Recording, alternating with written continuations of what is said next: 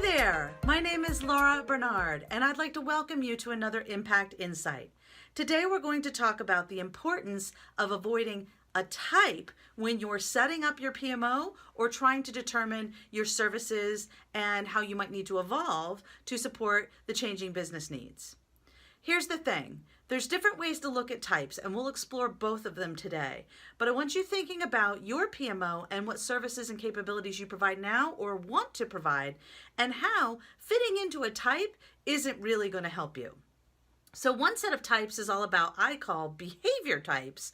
And those are, many of you may have heard, supportive, controlling, directive, as examples. Now, to me, those are a lot more about your behavior or the role you're playing in a certain situation, as opposed to actually being a type of a PMO.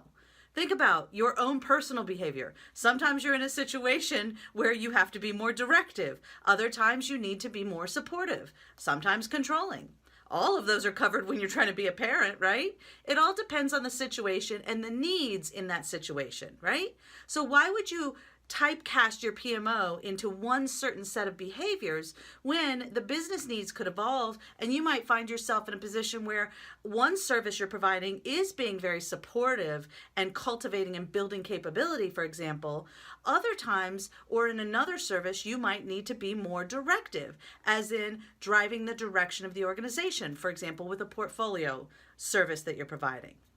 So that's one set of behavior types that I think we want to avoid. We really need to be looking at what are the services and capabilities that we need to create to support the business, and let that do the talking.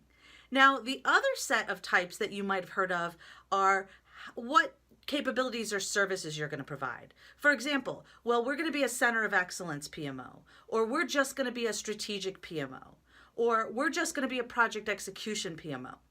Now, here's the challenge with that. Again, you're limiting yourself to the kinds of services you can provide, and if the needs of the organization shift, or as you're building out your PMO, you realize, you know what, we can help here, but we can actually provide even more support over here, or this is another service or capability we need to deliver.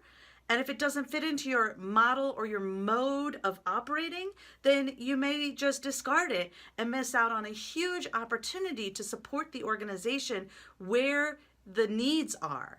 And if you want to ensure sustainability with your PMO, you've got to be able to shift and build capabilities and services as the needs of the organization shift. So if we limit ourselves to just being a strategic PMO, then does that mean we don't provide any capabilities around furthering the organizational competencies?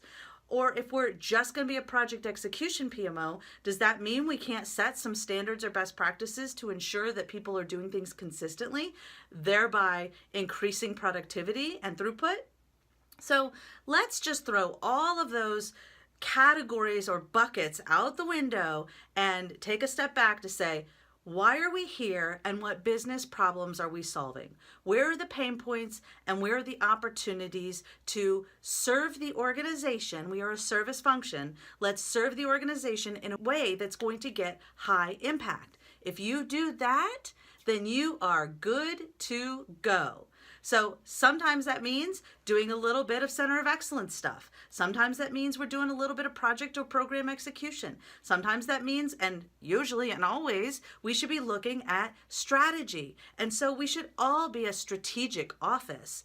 Even if you're doing a lot of center of excellence or execution type activities, if you're not focused on where the strategy of your organization is going and how you can help drive that strategy, then your PMO is probably not going to be around that long anyway.